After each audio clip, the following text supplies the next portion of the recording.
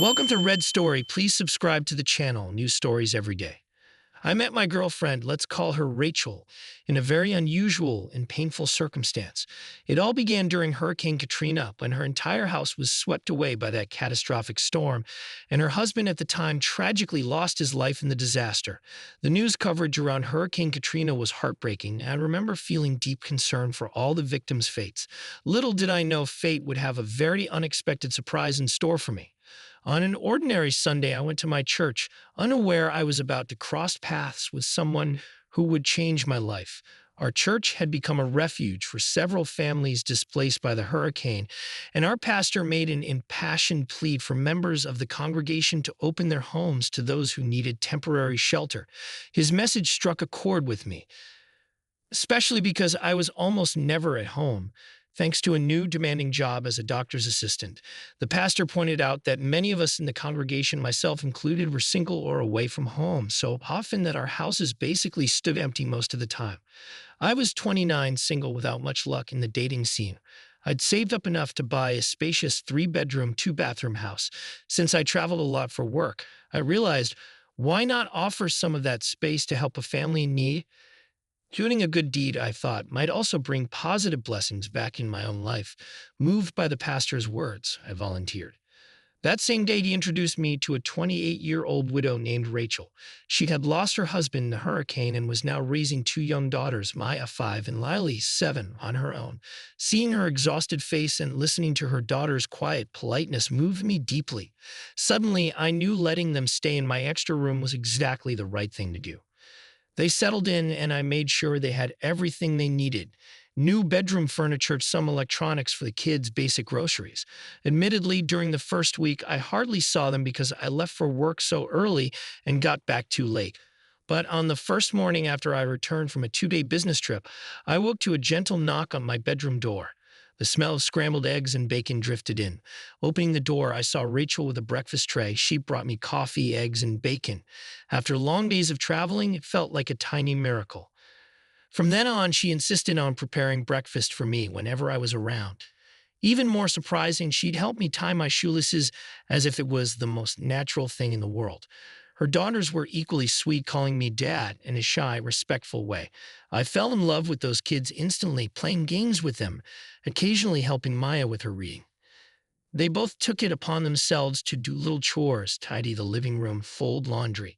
And though Rachel had lost so much in the hurricane, she still found a job soon after, determined to become independent. Within a few months, we grew into a makeshift family. I knew they wouldn't stay in my home forever, but I hoped it would be a good while. The truth is, I'd grown attached to them. At times, I found myself daydreaming about it, adopting her daughters one day, or at least being their father figure. We had incredible chemistry. When I'd come home from a long trip, Rachel would greet me with a warm hug, a smile that could melt my stress away, and occasionally we'd share these fleeting touches that hinted at a deeper connection. One late evening, as we laughed at a TV show, she rested her head on my shoulder, and we ended up sharing our first kiss. Things got more intimate, but she still slept in the guest room, occasionally reminding me that she didn't want to rush or cause confusion for her daughters. I respected her caution. She'd lost so much, and I didn't want to push. However, I had no idea heartbreak was waiting around the corner. Late one afternoon, I got home and discovered some of my snacks, my favorite cashews and malt drink, had been consumed, even though Rachel hated them and never touched them. Confused, I asked 7-year-old Lily, who innocently revealed a man sometimes visited the house when I was away. Alarm bells went off. My first reaction was denial. Rachel wouldn't do that. But Lily spoke so earnestly. Unnerved, I installed a small hidden camera in our living room. A few days later, I reviewed the footage, only to see another man waltz in, get cozy with Rachel, even rummage through my pantry. They sat on my couch, talked for hours, and at night, he didn't leave. They spent the night in her guest room. The shock was like a punch in my gut. I truly believed Rachel was loyal, especially after all I'd done to help her. I confronted her gently, and she admitted the man was an ex-boyfriend from New Orleans, also a hurricane survivor, but he had nowhere to stay. She'd apparently let him crash here, while also taking him to bed. My mind reeled.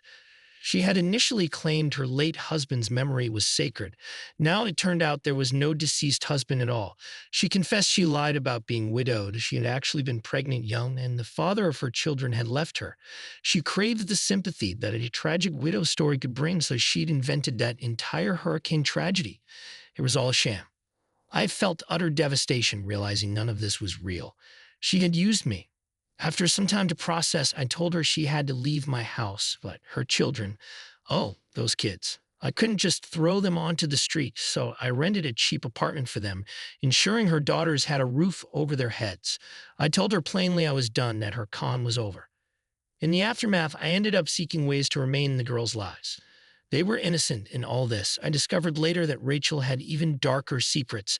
Apparently, she was caught up in some questionable habits, possibly involving substances.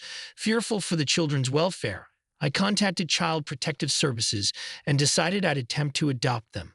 After some legal maneuvering, I succeeded.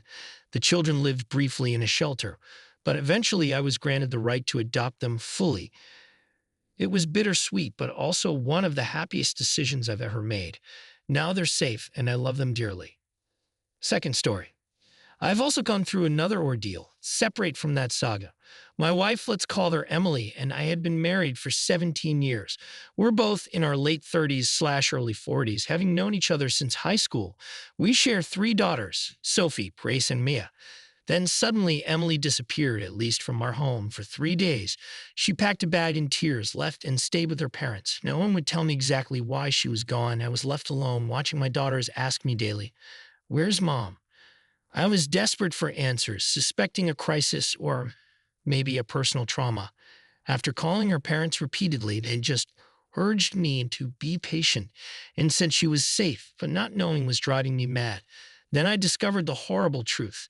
Emily had been having a long-term affair, at least 2 years, maybe more. The man with whom she was involved died of a heart attack just days earlier, and Emily, distraught, fled to her parents' house. This revelation crushed me. My wife, the mother of our 3 girls, had built an entire secret life behind my back. In shock, I filed a missing person report after she disappeared, only to uncover the actual reason for her vanishing.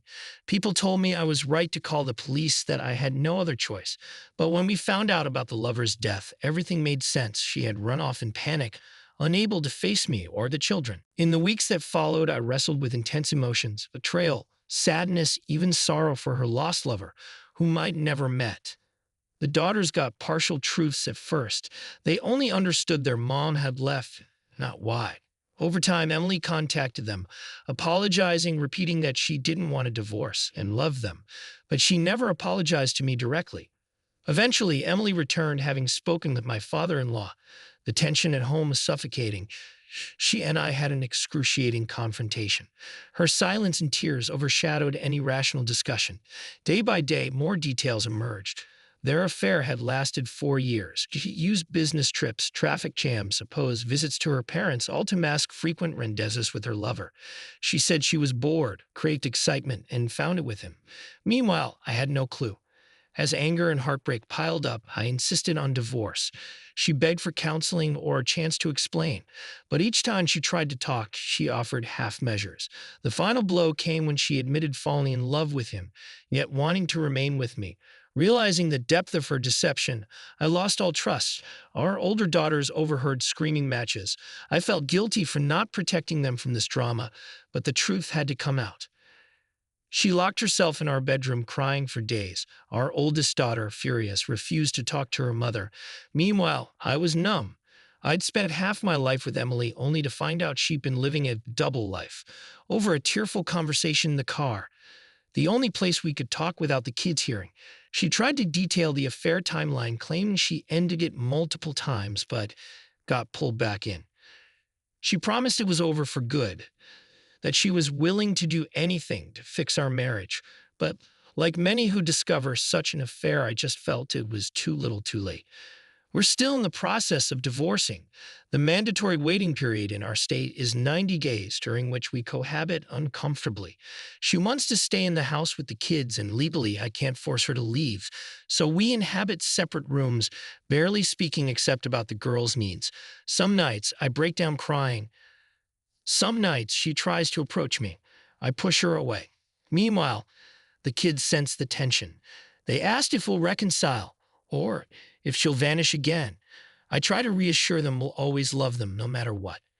Ultimately, I decided there's no going back. The trust is shattered.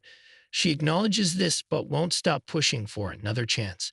The more she clings, the deeper I sink into resentment. My friends and family urge me to stand firm. They see the pain in my eyes, the sleepless nights, the tension that never lifts. I confide in an online community occasionally because it helps me process the waves of emotion. Some days I feel strong, convinced I'll get through this. Other days, new truths or memories surface like evidence of her repeated lies, and I spiral into despair. Still, I keep going for my daughters, determined to show them a father who remains caring and stable. In the end, I see no path to reconciliation. Her love for me might remain in some form. The betrayal overshadowed it. Our 17 years as a couple, 23 years total since we met in high school, ended with a harsh finality when I learned she'd chosen excitement and secrecy over honesty and family. As for me, I focus on raising our girls, comforting them in their confusion, and hoping that time, truth, will heal us all. No matter how brutal it's been or how lost I sometimes feel, I hold on to one certainty. Life goes on. I'll keep finding my way for my children and myself.